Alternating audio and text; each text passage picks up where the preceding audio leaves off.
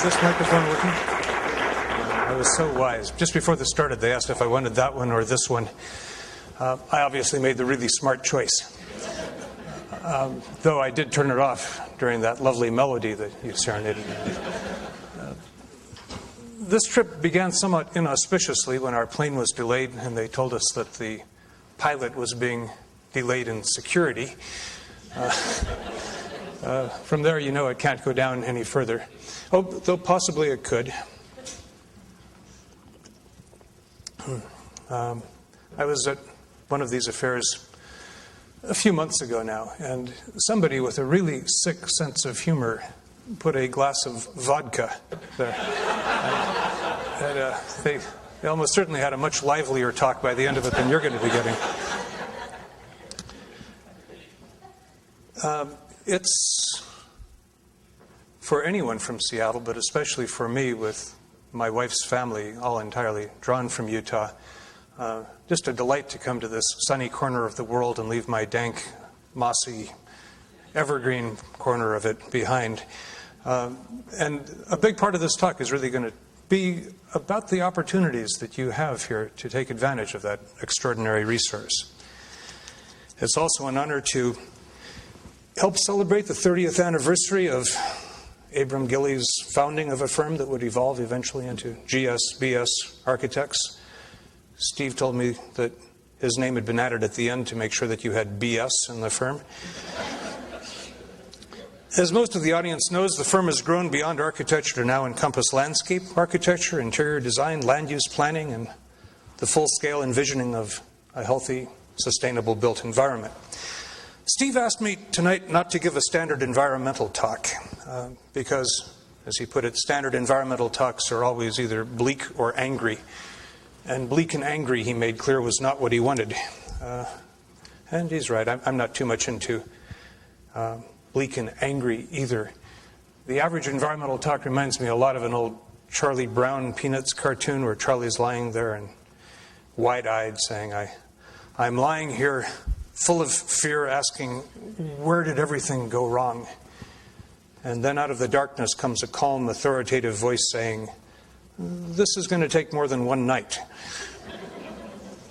I'm into less the gloom and more the solving of problems. You can't wring your hands and roll up your sleeves at the same time. What Steve said that he wanted was pretty ambitious. And according to my notes, I was to describe the roots of Earth Day, review lessons from the last 4 decades of environmentalism, explain why the burgeoning worldwide concern for sustainability provides a realistic new basis for hope. I thought to myself, this is going to take more than one night. There's a story about a young doctor, a playful Doogie Howser type who was seeing this elderly patient for the first time. And he pulled out his stethoscope and listened to his chest, and then he listened to his back. And then sort of playfully, he put his stethoscope around his head and says, I can listen to your thoughts. And the codger didn't so much as crack a smile, and the young doctor realized he'd sort of overstepped himself. He said, oh gosh, sorry, you must think I'm crazy. My God, the guy says, it works. Lacking such a stethoscope, I'm going to play it a little bit by ear tonight. I can't do all of those things, but I am going to talk about the environment and the emerging movement for sustainability and a little bit about the roots of Earth Day. I'm going to put quite a bit more of myself into this than I typically do in public, and I hope leave you with a sense of hope. To coin a phrase, maybe even an audacious sense of hope. That's particularly appropriate in an event sponsored by a pioneer in green buildings and sustainable communities, because in America, virtually all of the progress that we have made in the last 10 years in this field has been building by building, community by community. We have had zero leadership from the top down, but an extraordinary amount of work that's come from the grassroots up. I have a thesis that 100 years from now, no one will remember most of what fills cable television and most of what fills our newspapers. 100 years from now, no one will remember the trauma Monday when the stock market dropped 778 points. unless the Fed somehow lets this thing drift into another Great Depression. And under Bernanke, that's not going to happen. So it's going to disappear in the mists of time. It'll probably be largely forgotten by the time of the election. Even the war in Iraq will likely rate only a paragraph or two in 22nd century histories.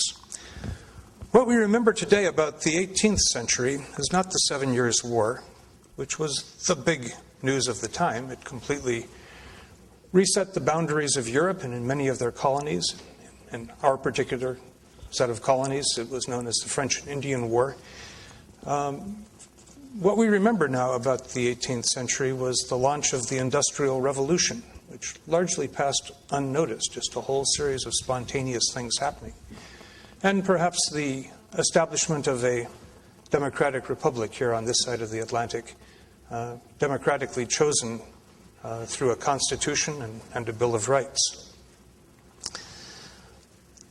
The 21st century will likely be remembered by future historians, I think, at least in part, as the time when human beings really began to affect the environment. It was the time when Homo sapiens became a geological force like volcanoes and earthquakes. We now have the power to permanently change the climate of the entire planet, to destroy the stratospheric ozone layer, to create deserts on every continent, to trigger the greatest epidemic of extinction since the last time that an asteroid hit the planet.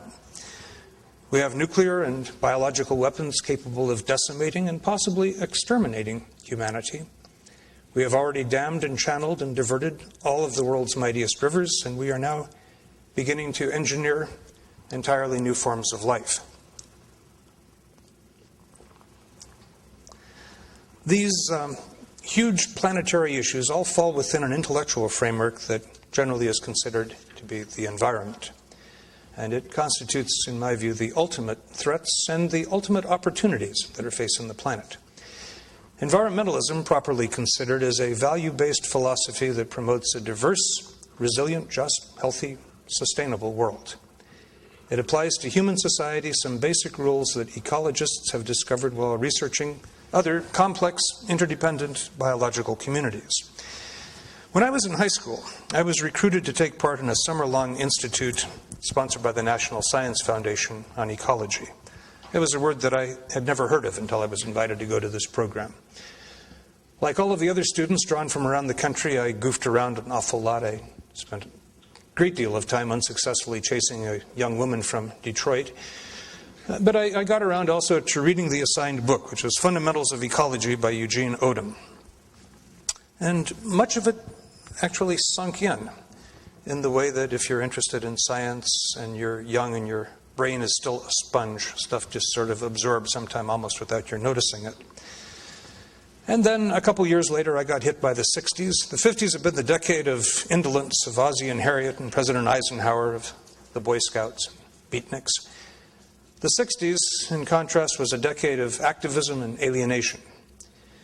Many of us in college at that time were completely fed up with everything that we saw in the world and determined that we were going to do something about it. We genuinely believed that we were different than our parents' generation. We were the first generation with strontium-90 in our bones, the first generation raised on television, so that would somehow make us better. And we were absolutely convinced that somehow we were going to leave a better world than the one that we found to our children, if only we could figure out how. By the time that I was a sophomore in college, I was deeply alienated from pretty much everything. Race relations were getting really ugly in the American South. America had a vast arsenal of nuclear-tipped missiles facing off against a similar arsenal in the Soviet Union. The gross domestic product was growing and growing every year, but the quality of life in every place that touched me seemed to be plummeting. And the nation was slipping into a war that by 1964 I was convinced was a huge mistake. Now that Vietnam is competing vigorously with China for shelf space at Walmart,